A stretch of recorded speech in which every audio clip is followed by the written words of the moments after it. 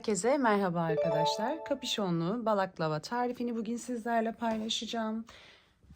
Görsellerde gördüğünüz ürünü yakından göstermek istiyorum.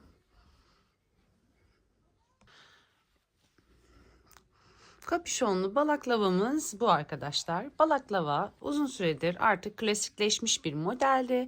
Ben bunu kafanızdan aşağıya indirdiğinizde boynunuzu, omuzlarınızı sıcak tutacak bir model haline getirdim. Bakın şuraya da küçük bir fiyonk detayı koydum ki yanlara doğru açılmasın ve çok rahat bir kullanım sağlayın diye. Şu şekilde yaptığınızda direkt kapüşonlu bir hale gelmektedir ve bu şekilde alt kısmı da omuzlarınızı soğuktan koruyacaktır. Şimdi burada arkadaşlar nasıl bir ip kullandığınızın önemi yok. İsterseniz ince iplerle yapabilirsiniz, isterseniz kalın maxi kalınlıkta iplerle yapabilirsiniz. Burada önemli olan motif arkadaşlar. Toplamda 9 tane motif hazırlayacağız. Her motifin minimum 18 santim olması gerekiyor. Maksimum da 20 santim olması gerekiyor. 20 santimden daha büyük olursa çok torba gibi duracaktır, çok büyük olacaktır. 18 santimden küçük olursa da başınızda çok dar gözükebilir. Şimdi hemen başlayalım.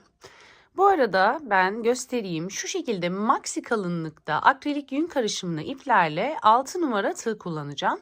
Eğer bu tarz bir iple yapıyorsanız 6 numara tığ idealdir.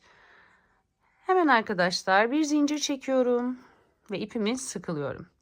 Toplamda 5 tane zincir çekiyoruz. 3, 4 ve 5. İlk yapmış olduğumuz zincirin ortasından tığımı geçirip arkadan ilmek çıkartıp diğer ilmeğimden geçiriyorum. Sihirli halkamı bu şekilde zincirle yapıyorum arkadaşlar. Şimdi 2 zincir çekiyorum. Bu 2 zincir benim trabzanım sayılmayacak arkadaşlar. Görüntü boşluklu ve kötü gözükmesin diye bu 2 zinciri ben ara zincir olarak kullanacağım. Şimdi toplamda 16 tane ikili trabzan yapacağız. İpimi, tığımı doluyorum. Tam ortaya batıp ilmek çıkartıp ikisini birlikte doluyorum. Tam orta boşluğa batıp ikisini birlikte toplamda 16 tane ikili trabzan yapıyoruz arkadaşlar.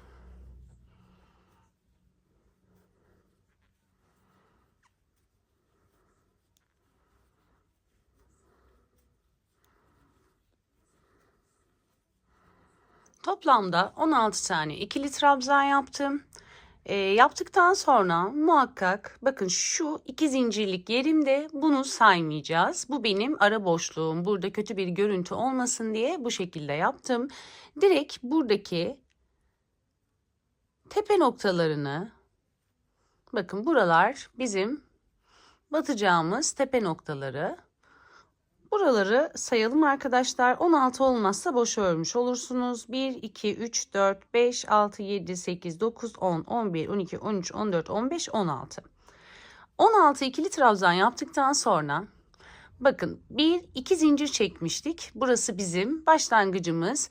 İlk trabzanımız burası arkadaşlar. Bakın hemen tepe noktasına battım. Arkadan ilmek çıkartıp diğer ilmeğimden geçiriyorum. Burada zincir çekiyorum. Kaydırma yapmış olduğum noktaya hemen buraya batıp sık iğne yapıyorum. 3 zincir çekiyorum. Hemen yanındaki tepe noktasına batıp bir sık iğne yapıyorum. 3 zincir çekiyorum. Yanındaki trabzan tepe noktasına batıp sık iğne yaptım. Tekrar 3 zincir sırasıyla tüm tepe noktalarına sık iğne yapıp 3 zincir çekip bu şekilde dolduruyorum arkadaşlar. Burada atlama yapmayalım. Sırasıyla tüm tepe noktalarına batarak devam edeceğiz. Ve aralarda 3 zincir olacak.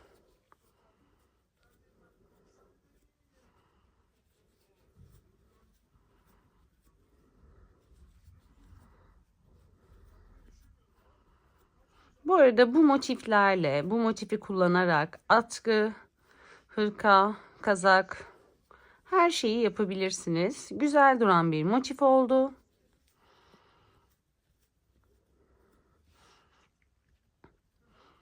Son 2 tane tepe noktam kaldı. 1, 2, 3 zincir. Sonuncu ikili trabzanın da tepesine battım. Bir sık iğne yaptım. Şimdi burada arkadaşlar 1, 2, 3 zincir çekiyorum. Bakın bu benim ilk yapmış olduğum sık iğneydi. Hemen tepe noktasına batıp ilmek çıkartıp diğer ilmeğimden geçiriyorum. 1, 2, 3, 4, 5, 6, 7, 8, 9, 10, 11, 12, 13, 14, 15 ve bu son birleştirme 3 zincirim 16 tane 3 zincirlik büzgüm oldu. Şimdi burada arkadaşlar zincir çekmiyorum. Hemen yandaki, bakın buradaki 3 zincirlik boşluğa batıp arkadan ilmek çıkartıp bir kaydırma yapıyorum. Bir zincir çekiyorum ve bu boşluğun içerisine tekrar batıp sık iğne yapıyorum. Şimdi 3 zincir çekip diğer boşluğun içine atlayıp sık iğne yapıyorum. 3 zincir çekip diğer boşluğun içine atlayıp sık iğne. 3 zincir, boşluk içine batıp sık iğne. 3 zincir, boşluk içine batıp sık iğne. Bu şekilde arkadaşlar yine sıra sonuna kadar bu işlemi yapacağız. Görüntü böyle olacak. Şimdi kaydırma yapmış olduğumuz sıra sonuna kadar aynı işlemi yapıp hemen gelelim. Evet, son boşluğa da sık iğnemi yaptım. Bakın burası ilk sık iğneyi yaptığımız nokta. 3 zincir çekiyorum.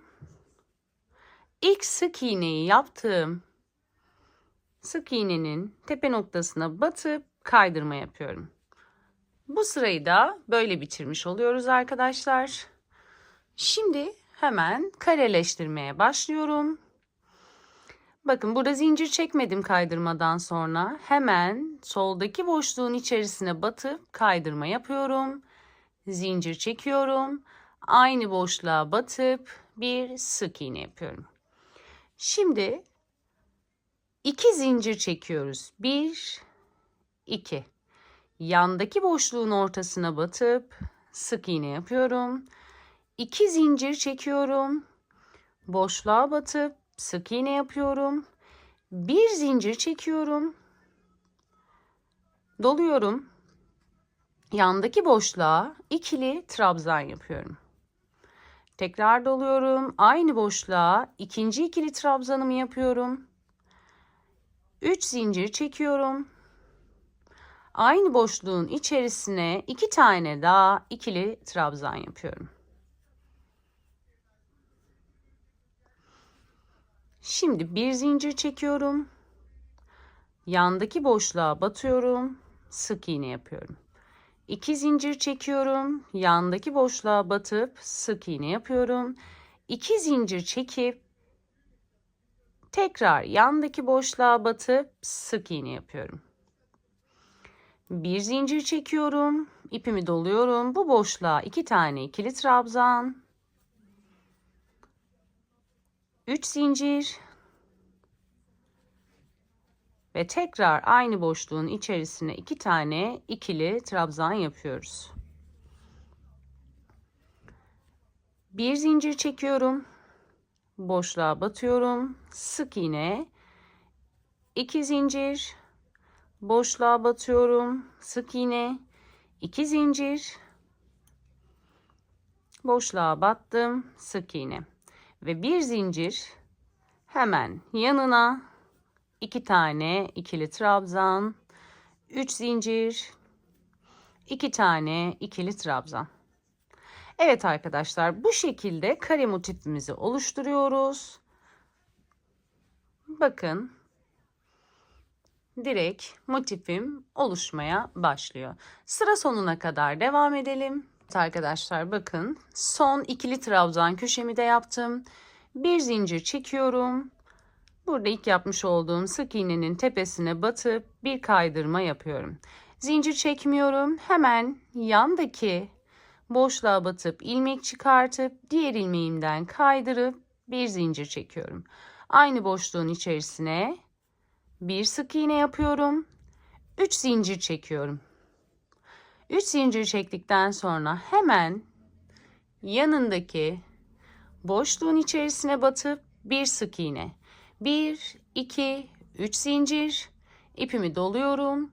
Hemen köşe boşluğun içerisine 2 tane ikili trabzan. 3 tane zincir. Aynı boşluğa tekrar 2 tane ikili trabzan. 3 zincir çekiyorum arkadaşlar. 1, 2, 3 zincir. Bakın. Buradaki 1, 2. İlk boşluğun içine batıp sık iğne yapıyorum. 1, 2, 3 zincir çekiyorum. Hemen yanındaki boşluğa batıp sık iğne yapıyorum. 1, 2, 3 zincir çekiyorum. Köşe boşluğa batıp ikili trabzanımı yapıyorum. Oldukça basit. 3 zincir, 2 tane ikili trabzan. Aynı mantıkla sıra sonuna kadar devam edeceğiz. 3 zincir. Bakın bir zincirlik boşluğumuz vardı. 2 zincirlik boşluğa batıyoruz. Atlayıp 3 zincir çekiyoruz. Yanındaki 2 zincirlik boşluğa battım. Sık iğne yaptım ve 3 zincir çektim. Hemen geldim diğer köşeye. Ve bu köşeye de 2 tane ikili trabzan, 3 zincir, 2 tane ikili trabzan. Bu sırayı da bu şekilde tamamlayacağız arkadaşlar.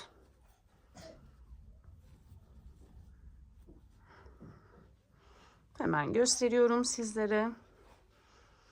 Bu şekilde bir motif oldu.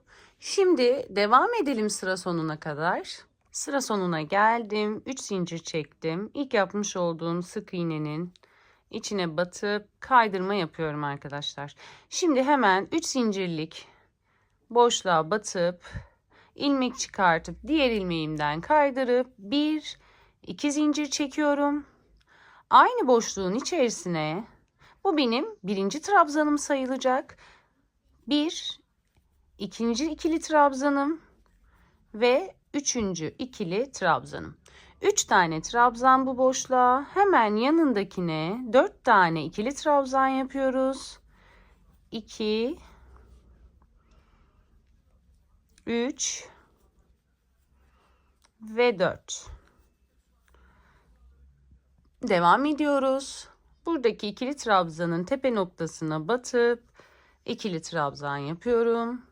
Hemen yanındakine batıp ikili trabzan ve köşe boşluğa 2 tane ikili trabzan, 3 zincir ve aynı boşluğun içine 2 tane ikili trabzan şeklinde devam ediyorum. Trabzanın tepesine batıyorum. İkili trabzan, ikinci trabzanın da içine batıyorum. İkili trabzan yapıyorum. Hemen geldim. Buradaki büyük boşluğa 4 tane, 2, 3, 4 tane ikili trabzan, küçük orta boşluğa 3 tane ikili trabzan yapıyoruz.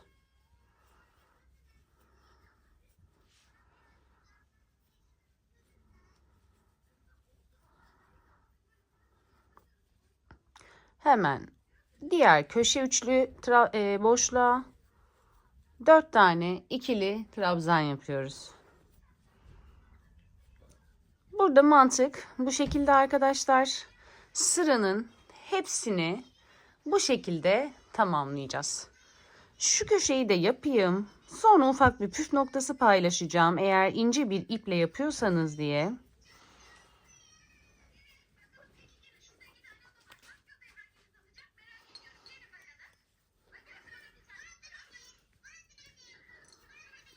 Evet arkadaşlar.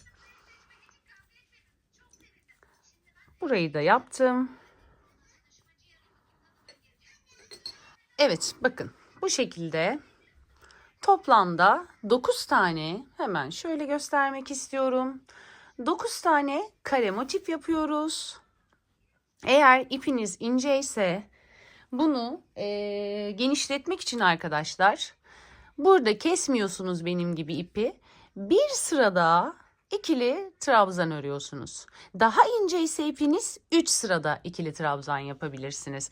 Ben bir sıra ikili trabzan yaptım. Benim için bu ölçü yeterli oldu. Eğer siz daha ince bir ip yapacaksanız burada kesmeyin. Hemen sırasıyla tüm trabzan tepe noktalarına batarak köşeler yine aynı olacak. İkinci ikili trabzan sırasını yapın. Hatta daha da ince bir ip kullanıyorsanız üçüncü ikili trabzan sırasını yapınız. Ben sizlere hemen ölçüsünü vermek istiyorum. Bakın benim kare motifim. Şöyle el ütüsü yaparak birazcık şekil vermek istiyorum ki doğru ölçü olsun.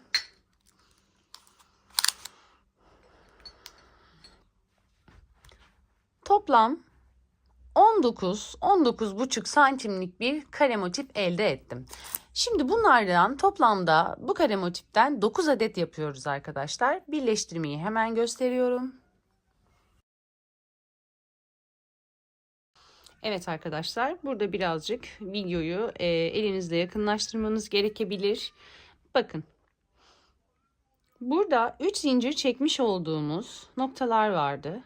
Tam ortadaki, yani bu taraftan da baktığımızda ikinci zincirin tek kanadına, bu tarafa doğru, yani dışarıya bakan kanadına ve diğer 3 zincirlik noktanın da yine ikincisinin dışarıya bakan kanadından geçirip biraz ipimi uzun bırakıp burayı keseyim arkadaşlar. Bakın, buradan birleştirmeye başlıyorum. Bir kere daha aynı noktaya batıyorum. Burayı sabitliyorum.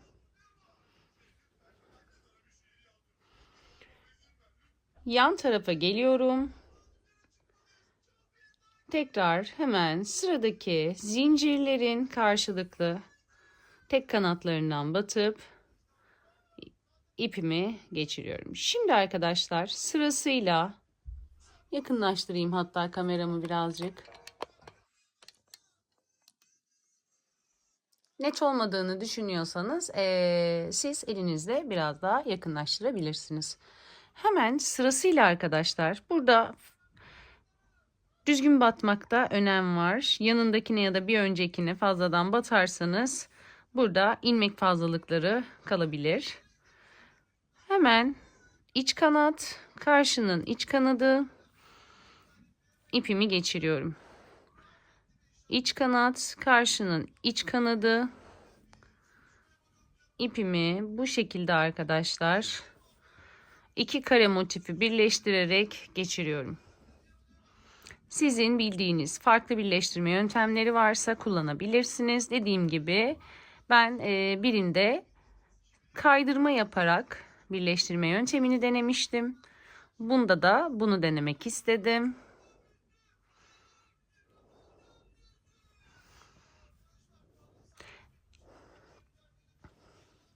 Evet arkadaşlar, bu şekilde bir birleştirme yapıyorum. Şimdi köşeye gelene kadar bu şekilde birleştirelim, köşede buluşalım. Evet, köşeye geldim arkadaşlar. Bakın sırasıyla battım. İlk zincirlik noktaya batıyorum. Buraya da batıp birleştiriyorum. İkinci zincire batıyorum.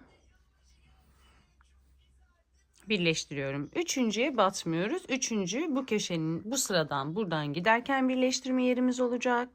Hemen yine sırasıyla arkadaşlar tam orta aynı başta ne yaptıysak ikinci zincirin karşılıklı içine battım, iç kanatlarına ve burada tekrar birleştirmeme yaptım.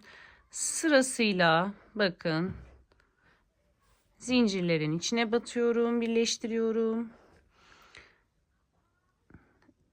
İlk ikili trabzanların iç kanatları.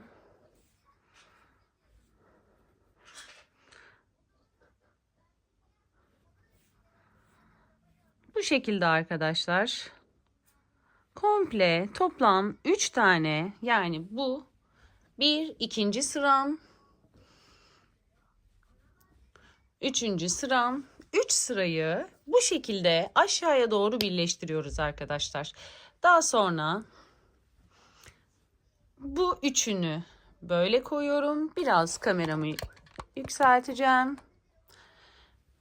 Bakın, size bir şema vermiştim. O şemadan bakarak da yapabilirsiniz.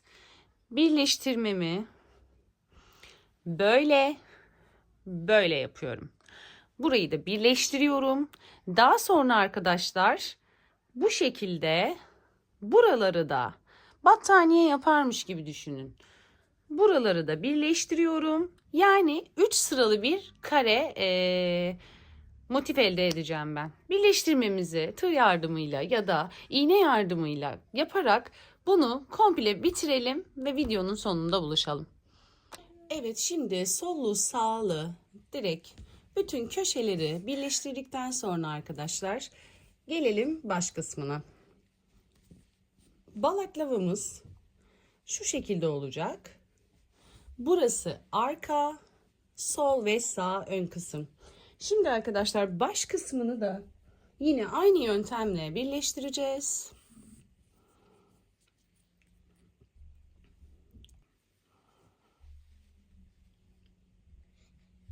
Direkt yine aynı yöntemi kullanıyorum. Baş kısmını da buradan buraya kadar birleştireceğiz. Evet, baş üst kısmını da birleştirdikten sonra bakın şu şekilde burası balaklavamın kapüşonu. Tam ben şu kısmı birleştiriyorum arkadaşlar. Bu alt kısmı birleştirmiyorum. Yani bunlar omuz hizasına gelecek. Ben sadece şu kısımları birleştiriyorum.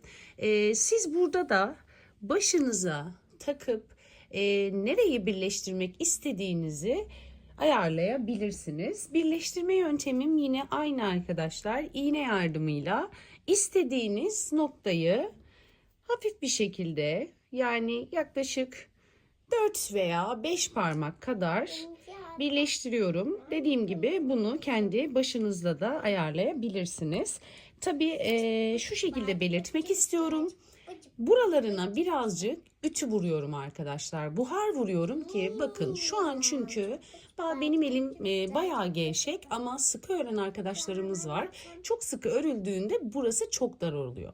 Özellikle bu kısma yünü inceltmeyecek derecede çok hafif üzerine bir pike veya hafif ince demiyorum, bakın eşarp demiyorum, bazen de havlu olabilir, hatta havlu koyuyorum, buhar basıyorum. Özellikle bu alt kısmı biraz inceltiyorum arkadaşlar, çünkü omuzda şu şekilde açık ve dökümlü dursun.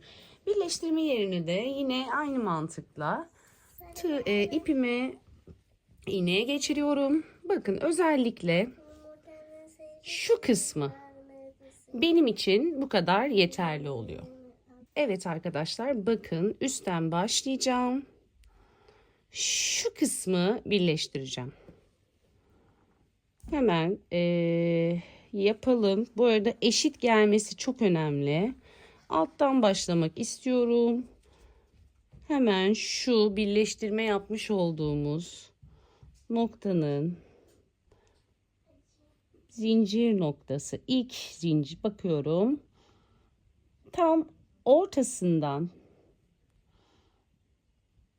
orta zincirden birleştiriyorum.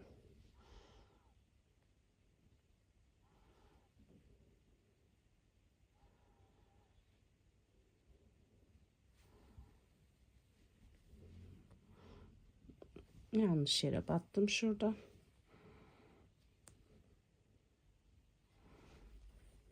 Evet.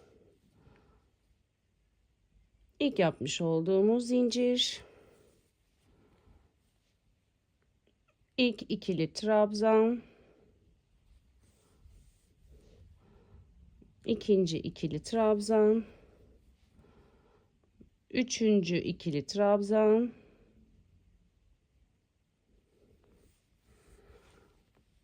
dördüncü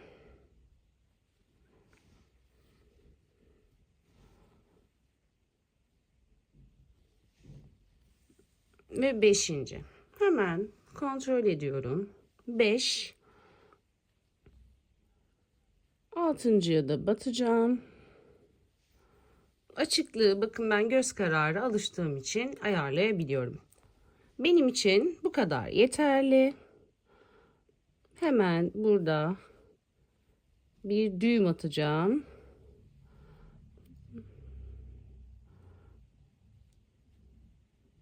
İpi kaydırıyorum. Burası kurdelayı bağlayacağım kısım olacak arkadaşlar. İpi rastgele geçiriyorum aralardan. Burası çünkü gözükmeyecek. Buraya kurdele takacağım. Hatta şöyle bir düğüm yapalım buraya.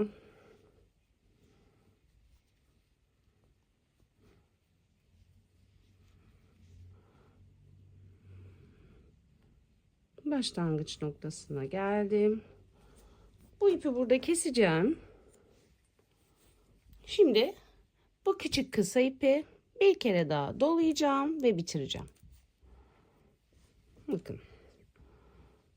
Şu orta kısmı bir kere daha eşit bir şekilde doluyorum arkadaşlar.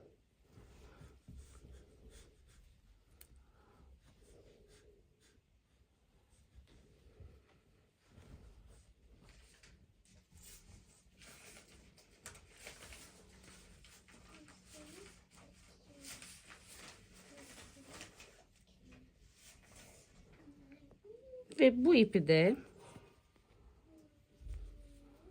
gizleyip keseceğim.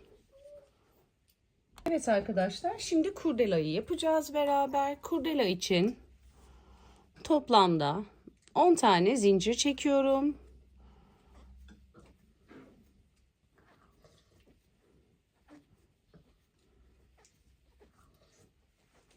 On zincir çektikten sonra 1, 2, 3 zincir çekiyorum.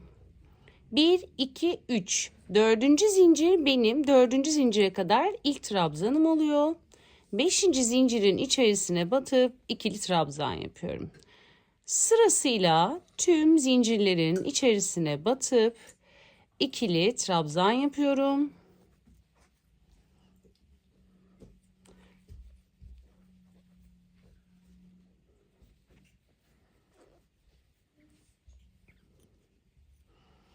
Toplamda 2 sıra yapacağım arkadaşlar. Bu birinci ikili trabzan sıram.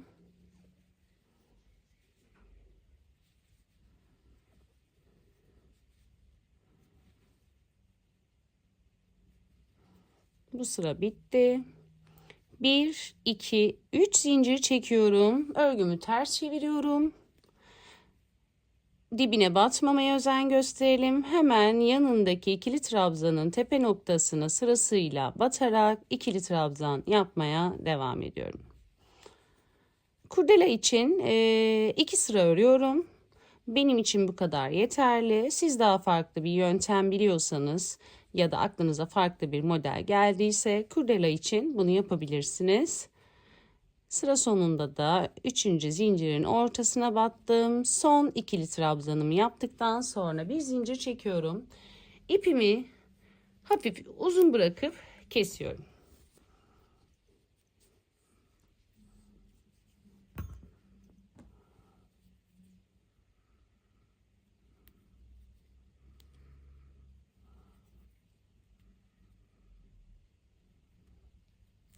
Evet arkadaşlar. Şimdi bakın, burayı şu şekilde birleştireceğiz ya da bu şekilde. Siz boyun görüntüsünü taktıktan sonra da ayarlayabilirsiniz. Evet, bakın kurdelamı şu şekilde tutuyorum. Arkadan, içten geçiriyorum. Ve bu karşı uçları, şunu düzelteyim. Şu karşı uçları birbirine birleştireceğiz arkadaşlar. Sırasıyla ilk trabzanın tepe noktasına battım. Burada da karşılıklı batıyorum. Bakın burada trabzan boşluklarına batıyorum. Zaten burası arkada gözükeceği için çok böyle ucu ucuna gelmesine gerek yok. Önemli olan birleşmesi.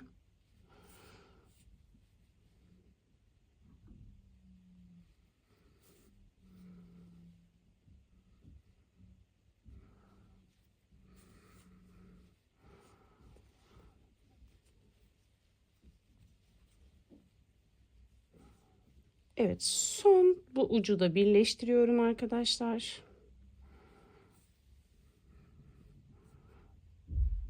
Birleştirmemi yaptım. İpimi kestim. Bakın burada bir ipim daha vardı. Bu diğer kısa ipi de hemen aralardan gizleyerek geçirelim. Evet, kurdelamın düz kısmını çeviriyorum şu an.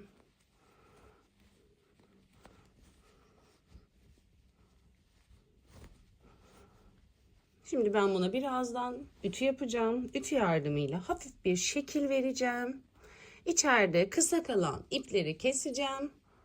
Ve balaklavamız bitti arkadaşlar. Eğer siz de farklı bir model balaklava istiyorsanız bunu muhakkak deneyin derim. Bence çok güzel duruyor. Umarım videomu beğenmişsinizdir. Bir sonraki videoda görüşmek üzere. Şimdilik hoşça kalın.